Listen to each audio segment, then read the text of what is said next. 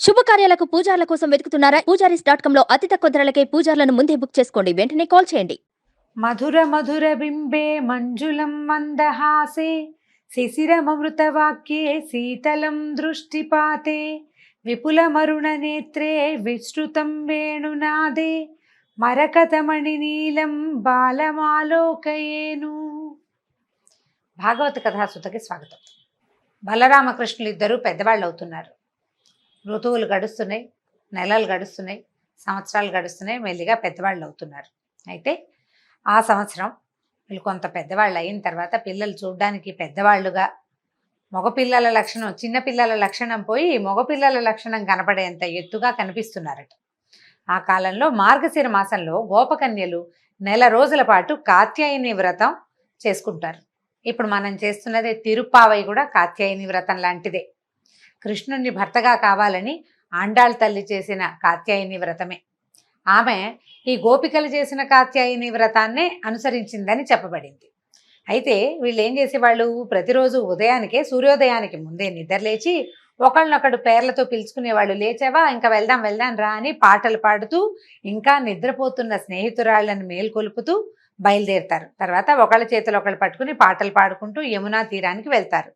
అక్కడ స్నానం చేసి ఇసుక మట్టి కలిపి కాత్యాయని దేవి విగ్రహాన్ని తయారు చేస్తారు. ఆ విగ్రహానికి పూలమాలలు వేసి గంధ పుష్పాక్షతలతోనూ లేత చిగుళ్లతోనూ పూజలు చేసి తర్వాత పళ్ళు నైవేద్యం పెడతారు. పూజ చేసేటప్పుడు అందరిది ఒకటే జపమాట, మొత్తం చేసే వాళ్ళందరిది. ఏమంటున్నారు, తల్లి కాత్యాయని, నువ్వు సమస్త శుభాలకి నిలయమైన దానివి, మానవులు దాటడం శక్యం కాని మహామాయవి, మహాయోగివి, సర్వేశ్వరివి. ఒకటే జపం ఈ పూజ, ఇది ధ్యానం. అక్కడి నుంచి అందరి మనసులోనూ ఒకటే కోరికట. అదేమిటి, నీకు మరల మరల నమస్కరిస్తాను తల్లి, నందగోపుడి కుమారుడైన కృష్ణుడు నాకు భర్త అయ్యేలాగా అనుగ్రహించు. ఉన్న గోపికలందరూ కృష్ణుడే భర్తగా కావాలని కోరుకుంటున్నారు.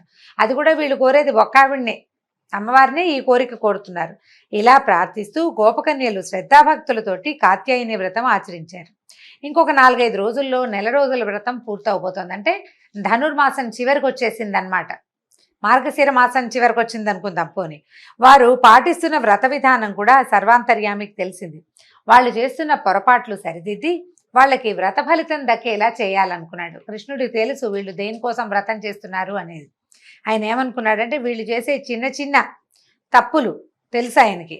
అలాగే ఏం చేశారట, ఒకరోజు వాళ్ళు రోజులాగానే వస్త్రాలు గట్టి మీద వదిలిపెట్టి నదిలోకి దిగారు. కృష్ణుడికి వ్రతము తెలుసు, వీళ్ళు ఎందుకు చేస్తున్నారో తెలుసు. ఇప్పుడు వీళ్ళని దిద్దాలి. ఎలాగా, శ్రీకృష్ణుడు ఏం చేశాడట, స్నేహితులతో కలిసి చీకటితోనే లేచి నది ఒడ్డుకు వెళ్ళాడు. స్నేహితుల్ని దూరంగా నిలబెట్టాడు. గుట్టగా పోసిన గోపికల వస్త్రాలన్నీ చుట్టబెట్టి మూటగా కట్టి పక్కనే ఉన్న చెట్టు ఎక్కాడు. అక్కడి నుంచి ఆ కన్యల్ని ఇలా పిలిచాడట, ఓ కన్యలారా, మీరు వస్త్రాలు గట్టును వదిలి నదిలోకి దిగారు, మీ వస్త్రాలన్నీ ఇప్పుడు నా దగ్గర ఉన్నాయి, ఈ చెట్టు కిందకి వచ్చి మీ వస్త్రాలు తీసుకోండి అని పిలిచాడు. పిలిచేసరికల్లా పైగా ఏమంటున్నాడు, ఒక్కొక్కరు వచ్చి కానీ అందరూ వచ్చి కానీ మీ వస్త్రాలు తీసుకోండి, ఈ చెట్టు దాకా వచ్చిన వాళ్ళకే వస్త్రాలు ఇస్తాను, ఇక్కడ దాకా వస్తాయి, మిమ్మల్ని నేనేమి అల్లరి పెట్టను, మాట తప్పను, కానీ చెట్టు దాకా రావాల్సిందే. గట్టు మీద యువతలికి ఉంది చెట్టు, అంటే నీళ్ళల్లో నుంచి లేచి గట్టెక్కాలి, అదే లెక్క అనమాట. అక్కడి నుంచి శ్రీకృష్ణుడి కొంటెతనం చూసి గోపికలు నవ్వుకున్నారు, కానీ ఎవ్వరూ నీళ్ళల్లో నుంచి బయటికి రాలా. మార్గశిర మాసం తెల్లవారుజామున చలి తీవ్రంగా ఉంటుంది. కొన్ని చోట్లయితే పొగమంచుతోటి మొహాలు కూడా కనపడవు, అంత మంచుగా ఉంటుంది మార్గశీర్షంలో. తర్వాత కంఠం దాకా మునిగి ఉన్నారు, మెడ లోతు దాకా నుంచుని ఉన్నారు. అందులో కొంతసేపటికి ఇంకాసేపు గడిచేసరికి ఏదో గబాబా కాస్త నీళ్ళల్లో మునిగినప్పుడు బాగుంటుంది, వెచ్చగా నదీ స్నానం చాలా హాయిగా ఉంటుంది. కానీ క్రమంగా గాలి వీస్తూ ఉంటే చలి తెలుస్తూ ఉంటుంది. ఎక్కువసేపు ఉండరు, స్నానం చేసి 2-3 మునుగులు మునిగి కృష్ణ గోవింద దామోదర అనుకుని బయటకు వచ్చేస్తారు. ఆ బయటకు వచ్చే అవకాశం లోపలే ఈయన తయారైపోయాడు ఇక్కడ పెద్ద మనిషి. అక్కడి నుంచి ఏమన్నారు, అందరూ ఆలోచించుకుని ఓ పక్కన చల్లేసేస్తుందని, నాయన కృష్ణ, నీ తండ్రి నందగోపుడు మన గోకులానికి రాజు, బాధ్యత గలవాడు, 10 మంది నమస్కరించే పూజ్యుడు, అతని కొడుకువైన నీకు ఈ ప్రవర్తన పనికిరాదు, నువ్వు ఇలా చేయకూడదు. మేము దేవతా పూజ కోసం నదిలోకి దిగాం, స్నానం చేసి పూజ చేసుకోవాలి, మరి చలికి వణికిపోతున్నాం, మా వస్త్రాలు మాకు ఇచ్చి, అంటే గట్టు మీద పెట్టి నువ్వు వెళ్ళిపో, మేము తర్వాత వస్త్రాలు ధరించి పూజ చేసుకోవాలని చెప్పారు. చెప్పేసరికి అలా పైగా ఇంకా అంటున్నారు, మేము నీ దాసీలో, నువ్వు ఎలా చెప్తే అలా చేస్తాం, వస్త్రాలు మాత్రం ఇచ్చేయి ముందు, మరి రాజుగారి అబ్బాయికి రాజ్యంలో ఉన్న వాళ్ళందరూ దాసులే, ఎంతో కొంత, బాగా కాకపోతే కొంత అయినాను. కాబట్టి నువ్వు ముందు వస్త్రాలు అక్కడ పెట్టు, నువ్వు ఏది చెప్తే అది చేస్తాం, బట్టలు మాత్రం ఇచ్చేసేయమన్నారు. కృష్ణుడు పట్టిన పట్టు వదలలేదు. వదలక ఏమన్నాడంటే, నేను అసత్యం చెప్పను, మీరు అసత్యం చెప్పద్దు. ఇప్పుడు మీరు నాకు దాసీలమని చెప్పారు, మీరు అదే నిజమైతే నేను చెప్పినట్టు చేయాలి కదా, తర్వాత ఎప్పుడో చేయడం కాదు, ఇప్పుడే. నేను ఇప్పుడు ఏం చెప్తున్నాను, నదిలోంచి వచ్చేయండి బయటికి, చెట్టు దాకా రండి, అప్పుడు బట్టలు ఇస్తాను అన్నాడు. అనేసరికల్లా ఈ చెట్టు కిందకి వచ్చి తీసుకోండి అని చెప్పేస్తున్నాడు. ఈ కన్యలు చేసేది ఏమీ లేదు, ఎంతసేపో బతిమలాడారు, అడిగారు, బతిమలాడారు. ఏం బతిమలాడినా నవ్వుతాడు, మాట్లాడతాడు, కానీ ఒప్పుకోడు, అవతలకు వెళ్ళడు, ఆ బట్టలు వీళ్ళ వైపుకి పడేయడు. తను లేచి అక్కడి నుంచి వెళ్ళటం లేదు. ఇక బతిమాలి బతిమాలి, నీ మీ నాన్నకి చెప్తావు, మీ అమ్మకి చెప్తావు, అందరికీ చెప్పేస్తావు నీ సంగతి అన్నారు. అయినా సరే భయం లేదు అబ్బాయికి, కొంచెం కూడా భయపట్టలేదు. భయం లేదు, పైగా మీరు వస్తే ఇస్తానన్న పట్టుదల మీదే ఉండిపోయాడు. ఇక ఏమీ చెయ్యలేకపోయారు. బతిమాలి బతిమాలి, పైగా సూర్యోదయం అయితే మరీ కష్టం, అందరూ వచ్చేస్తారు ఊళ్ళో జనం కూడాను. ఆ లోపల వచ్చి పూజ చేసుకోవాలి. సూర్యోదయం కాకుండా పూజకి మొదలు పెట్టాలి. సూర్యోదయం తర్వాత కూడా పూజ చేసుకోవచ్చు, మొదలెట్టాల్సింది సూర్యోదయం కాకముందు. ఇక ఎంతసేపు నీళ్ళల్లోనే ఉంటే ఈ వ్యవహారం ఎట్లా పోసుకుతుంది? సరే ఏం చేశారు, చేసేది ఏం లేక 2 చేతులతోటి సాధ్యమైనంత శరీరాన్ని కప్పుకుని నీళ్లలో నుంచి బయటకు వచ్చారు. నీటిలో ఉన్నప్పుడు తెలియని చలి బయటకు వచ్చాక బాగా తెలుస్తుంది. తడి వంటి మీద గాలి తగిలేసరికి వణుకు పుట్టిపోతుంది, వణికిపోతున్నారు. కృష్ణుడు ఏమన్నాడంటే, మీరు దృఢ నిష్టతోటి కాత్యాయని వ్రతం చేస్తున్నారు, అయినా కూడా ఏం చేశారు, పుణ్యక్షేత్రం, నదీ తీరం పుణ్యక్షేత్రం, వివస్త్రలుగా నీళ్లలోకి దిగారు. ఇది జలదేవతల పట్ల చాలా తీవ్రమైన అపచారం. దేవతలకి అపచారం, వివస్త్రలుగా స్నానం చేయకూడదు. ఇది ధర్మశాస్త్రం ప్రకారం కూడా ఒంటి మీద ఏదైనా నదీ స్నానము అవి చేసేటప్పుడు, మడుగులో దిగేటప్పుడు వస్త్రాలు లేకుండా దిగంబరులుగా ఎప్పుడూ నీళ్ళల్లోకి దిగకూడదు. స్త్రీలు కానీ పురుషులు కానీ ఒంటి మీద వస్త్రం ఉండాలి, దేవతలకి అపరాధం చేసినట్టు అవుతుంది. అప్పుడు ఏం చెప్పారు, ఆ దోషం పోవాలంటే మీరేం చేయాలి, 2 చేతులు జోడించి నెత్తి మీద పెట్టుకోండి, శిరస్సు మీద పైకి పెట్టాలి, గోవిందా అన్నట్టు పెట్టాలన్నమాట. పైకి పెట్టి ఇక్కడికి వచ్చి శిరస్సు వంచి నమస్కరించి మీ వస్త్రాలు తీసుకోండి అన్నాడు. కన్యలు తాము చేసిన తప్పు తెలుసుకున్నారు, వాళ్ళకి అర్థమైంది తాము చేసింది పొరపాటు, ఇది చేయకూడని పనే. కాకపోతే ఏంటంటే ఈ చిన్నతనము, బాలప్రాయం అనకూడదు, కన్యప్రాయం అనుకోండి, ఆ వయసులో అడ్డు చెప్పేవాళ్ళు, ఎవరైనా చెప్పేవాళ్ళు లేకపోతే ఒక రకమైన ఇష్టారాజ్యపు ప్రవర్తన వస్తుంది. వీళ్ళు ఆ కాత్యాయని వ్రతం చేస్తే మీరు కోరిన భర్త లభిస్తాడు అన్న పెద్దల వాక్యాన్ని తీసుకుని నదీ స్నానం చేసి పూజ చేసుకోవాలి అనే వ్రత విధానాన్ని కూడా పెద్దవాళ్ళ దగ్గరే తెలుసుకుని చేయబోతున్నారు. చేసేది అదే కదా. కాకపోతే ఈ పెద్దలు చెప్పే మాటల్లో కొన్ని శుద్ధులు, కొన్ని సరైనవి, ఇది ముందు ఇది తర్వాత, కుడి ఎడమ, ఈ వివరం తెలుసుకోకుండా చేస్తే కనుక ప్రయోజనం లేదు, అపరాధాలకి గురవుతాం, అపరాధం అయిపోతుంది. ఇప్పుడు మనం కూడా చాలా చిన్న చిన్న పొరపాట్లు ఇలాంటివే చేస్తాం. దేవాలయానికి వెళ్ళాలని చాలా చక్కగా శ్రద్ధగా దేవాలయానికి వెళ్తారు, జుట్టు విరబోసుకుని వెళ్ళకూడదు, విరబోసుకుని వెళ్ళిపోతారు. ఏంటంటే ఇప్పుడు స్టైల్ అది, ఇప్పుడు మెథడ్ అది.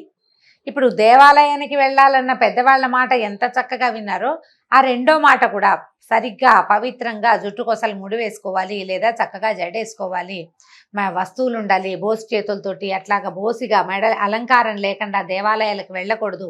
అలాంటివి పెద్దవాళ్ళు చెప్పినప్పుడు వీటన్నిటిని కూడా పాటిస్తేనే మనకి ఫలితం లభిస్తుంది. అలానాటి గోపికలకి కూడా పెద్దల మాట పూర్తిగా వినే లక్షణం ఉంది. ఇదంటే కొత్త ఏం కాదనమాట, అప్పుడు ఉంది, మన ముందు యుగంలో కూడా ఇలాంటి లక్షణాలు ఉన్నాయి. వివస్త్రలుగా నదిలోకి దిక్కకూడదని వాళ్ళకి తెలుసు. కాకపోతే ఏంటంటే తెల్లవారుజాము ఇక్కడ ఎవ్వరూ లేరు, నిర్జనంగా ఉంది, మనమే ఏమవుతుంది, ఎవరు చూస్తారు అని. ఎవరు చూస్తారని కాదు, చెయ్యకూడని పని చెయ్యకూడదు అంతే. ఎవరైనా చూస్తారని చేయటం, చూడలేదని పర్వాలేదు కాబట్టి చేసేయటము చేయకూడదు. అట్లా ధర్మం ప్రకారం ఇది పనికిరాదు, ఇది శాస్త్ర విహితము, శాస్త్ర విరుద్ధము అని విషయాలు మనకు తెలిసినప్పుడు శాస్త్రరీత్యానే ఎవరికి తెలియదు కదా అని కానీ, ఎవరు చూడరు కదా అని కానీ మన ఇష్టం వచ్చినట్టుగా ఇష్టారాజ్యపు ప్రవర్తన చేయకూడదు. మనం భాగవత రామాయణాది గ్రంథాలు కానీ పురాణాలు కానీ తెలుసుకునేది ఎందుకంటే ప్రధానమైంది ఇది చేయాలి, ఇది చేయరాదు. చేయకూడని పనులు చేస్తే ఎలాంటి దుష్పరిణామాలు ఎదురవుతాయో స్పష్టంగా తెలియజేయడానికి ఈ కథలు మనకి జ్ఞాపకం పెట్టుకోండి. నదీ స్నానం ఎక్కడైనా చెరువులో అక్కడ స్నానం చేసేటప్పుడు వస్త్రం లేకుండా చిన్నపిల్లల్ని కూడా దించకూడదు, పిల్లలకు కూడా వస్త్రం ఉంచాలి. అయితే ఏం చెప్తున్నాడు, దండం పెట్టండి అన్నాడు. దండం పెట్టి నడుచుకుంటూ వచ్చి తీసుకోవాలి. అక్కడి నుంచి కన్యలు తాము చేసిన తప్పును తెలుసుకున్నారు. వెంటనే కృష్ణుడు చెప్పినట్లే అతనికి నమస్కరించి 2 చేతులు నెత్తి మీద పెట్టుకుని వచ్చి దిగంబరంగా కృష్ణుడి వద్దకి నడిచి వచ్చి తమ వస్త్రాలు తీసుకుని దోష విముక్తులయ్యారు. ఇక్కడ చెప్తున్నారు చూడండి, కృష్ణుడు తాము చేసిన తప్పుని దిద్దాడు కానీ తమని చులకం చేయడానికి కానీ ఆట పట్టించడానికి కానీ హేళన చేయటానికి కానీ లేకపోతే అడ్వాంటేజ్ తీసుకోవటానికి కానీ చేయలేదు. ఇది గోపికా వస్త్రాపహరణ పిల్ల ఆడవాళ్ళ బట్టలు దొంగిలించాడు అనేది ఒక ఎంత బ్యాడ్ సెంటెన్స్గా పరిణమించేస్తుందంటే అది అసలు అప్పటికి ఆయన వయసు 10-11 సంవత్సరాలే, పెద్దవాడు కాదు. అయితే ఈ పెద్దవాడు కాని పసిబాలుణ్ణి వీళ్ళు భర్తగా ఎందుకు కోరుకున్నారు అంటే వాళ్ళ మానసిక దౌర్బల్యం అది. ఆయన అప్పటికి చిన్నపిల్లాడే, 10-11 సంవత్సరాలు, కొంచెం ఎదిగిన 10 ఏళ్ల పిల్లాడు. వీళ్ళకి ఏమిటంటే అతన్ని చూడడం, ఆయన లీలలు, అతను కదులుతుంటే ఆయన భగవంతుడు అవటం వల్ల ఆయన యొక్క పసితనం తెలిసేది కాదు, పెద్దవాడుగానే అనిపించేవాళ్ళు. ఇంకా ఈ పిల్లాడు పెద్దయ్యాకే మాకు పతి కావాలని కోరుకున్నారు వాళ్ళు, అదే ధోరణి అనమాట. అయితే ఈ భావాలు గ్రహించి సర్వజ్ఞుడైన స్వామి ఇలా చెప్పాడట, మీ మనసులో ఏముందో నాకు తెలుసు, అది వేరే విధంగా పరిణమించకుండా భక్తిగా పరిణమించాలి. ఇప్పుడు ఎవరెవరి వాంఛలు ఎలా ఉంటాయంటే, మనకి ఇది కావాలి, ఒక వస్తువు మనకి కావాల్సిన విధంగానే కావాలని కోరుకుంటాం, జనరల్గా జరిగేది అదే. అయితే భగవంతుడు ఏం చెప్తాడంటే, ఇక్కడ భగవంతుడు వీళ్ళకి ఒక 10-11 సంవత్సరాల మగపిల్లవాడి రూపంలో కనపడుతున్నాడు. కన్యలకి అతను కావాలంటే ఏమనుకుంటారు, వాళ్ళ మనసుకి, వాళ్ళ వయసుకి, వాళ్ళ ఉద్దేశానికి నేను స్త్రీని, ఈ పురుషుడు నాకు కావాలి, వీడు భర్తగా కావాలని కోరుకుంటున్నారు. ఇప్పుడు ఇలా ఎందుకు కోరుకుంటారు, ఎందుకు చేస్తారంటే వాళ్ళ కర్మానుభవాన్ని బట్టే వాంఛలు, ఆలోచనలు ఏర్పడతాయి. స్త్రీ సహజమైన వాంఛ ఏంటంటే ఒక 14-15 సంవత్సరాల పిల్ల, ఇప్పుడు ఈ కాలం అంటే కొంచెం పెద్దవాళ్ళు అయితే కానీ ఊహలు రావనుకోండి, అప్పుడైతే ఈ పిల్లలు పెద్దవాళ్ళు అయ్యారు అంటే వాళ్ళకి తమకు భర్తని ఎన్నుకునే ఆలోచనలోనే ఉండేవారు. భర్తని ఎన్నుకోవాల్సి వస్తే ఇంత అందమైన వాడు, కంజదళాయుతాక్షుడైనటువంటి ఒక అందమైన పిల్లవాడు కనిపిస్తుంటే వాడే నాకు కావాలని అనుకోవటం చాలా సహజమైన సంగతి. అయితే ఎవరో ఒకళ్ళు కాకుండా ఉన్న వాళ్ళందరూ, మొత్తం గోపికలందరూ కూడా అదే ధ్యాసలో ఉన్నారు. కన్యలే కాకుండా తర్వాత పిల్లల తల్లులకి కూడా ఈ బాలుడే కావాలన్న ఊహ వచ్చింది. అతన్ని బాలుడిగా వాళ్ళు తెలుసుకోవటం లేదు, అనుకోవటం లేదు, జగన్నాథుడుగా తెలుసుకోవటం లేదు, నాథుడుగా కావాలని మాత్రమే తెలుసుకుంటున్నారు. వాళ్ళ తాలూకు మానసిక పరిస్థితి ఆ రకంగా ఉంది కాబట్టి అలాంటి ఊహలు ఏర్పడ్డాయి వాళ్ళకి.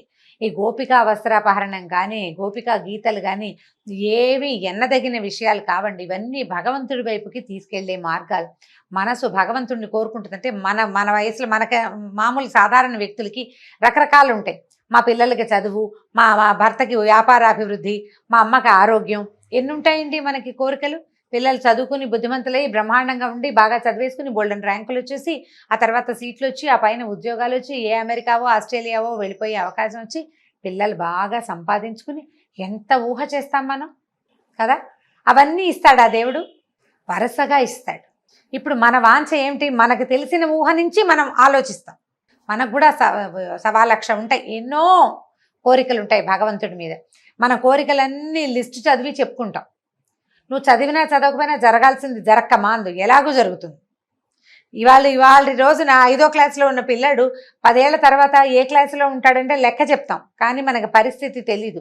దాని మీద మంచి ఆలోచన పెట్టుకుని అట్లా కావాలి, నా పిల్లాడు ఇంత బాగా పైకి వెళ్ళాలి, లేదా నా కూతురు ఇట్లా చక్కగా మంచి వరుడు రావాలి, లేకపోతే నా కూతురే డాక్టర్ అయిపోలేదా, కలెక్టర్ అయిపోవాలి, బోలెడని ఊహించుకుంటాం. ఊహకేముంది, ఇవాళ 5వ క్లాసులో ఉన్న చిట్టి పిల్ల, 2 జళ్ళు వేసుకుని చిట్టి పాపాయి రేపొద్దున కలెక్టర్ అయిపోవాలన్న ఊహ మనం చేయటం లేదు. అలాంటిదే వీళ్ళు భర్త కావాలని కోరుకోవటం కూడా అదేమి విచిత్రము విశేషమైనది కాదు, ఆ కాలానుగుణమైన కోరిక అంతే. అక్కడి నుంచి చూడండి ఈయన ఏం చెప్పాడంటే, ధాన్యపు గింజని ఉడికించినా వేయించినా మొలకెత్తదు, ధాన్యాన్ని పచ్చిగానే ఉంచాలి. అది అలాగే భగవంతుణ్ణి మనసులో నిలుపుకున్న వాళ్ళు అతనితోటి సంసార భోగాన్ని అనుభవించాలని కోరుకోకూడదు. ఇతన్ని భగవంతుడుగా తెలుసుకోకపోవటం వల్ల, భగవంతుడని తెలియకపోవటం వల్ల అతని దగ్గరున్న లీలల్ని చూసి వీళ్ళు మోహపడుతున్నారు. కానీ ఈ లీలలు చూపించేవాడు సాక్షాత్తు పరంధాముడని, మనని సృష్టించినవాడు, మనని బతికించేవాడు, రేపొద్దున మనని లయించేవాడు కూడా ఇతడేనని తెలుసుకోకపోవటం వల్ల వీళ్ళు ఇలాంటి ఆలోచన చేస్తున్నారు. అందుకని కృష్ణుడు ఏం చెప్పాడంటే, అమ్మా ఇవి నన్ను మనసులో నిలుపుకున్న వాళ్ళకి వేరే ధ్యాస ఉండదు, ఇతర ధ్యాసలు ఉన్న వాళ్ళకి నేనే భగవంతుడిని తెలియలేదని అర్థం. కాబట్టి మీ వ్రతం ఫలించింది. మీ మనసులో ఉన్న భావనలని నేను పోగొడతాను, కామనలని కోరికలని నేను పోగొడతానని చెప్పాడు. మీరు గోకులానికి తిరిగి వెళ్ళిపోండి ఈ గోపకన్యల్ని పూజ చేసుకున్నాక ఇంటికి వెళ్ళిపోమని చెప్పాడు. ఈ గోపికలు కృష్ణుడి పాదాలని ధ్యానిస్తూ వెళ్ళిపోయారట. దీంతో భాగవత్ కథా సుధ ఇవాళకి సమాప్తం. రేపు ఇంకో కథతోటి కలుసుకుందాం. నమస్కారం.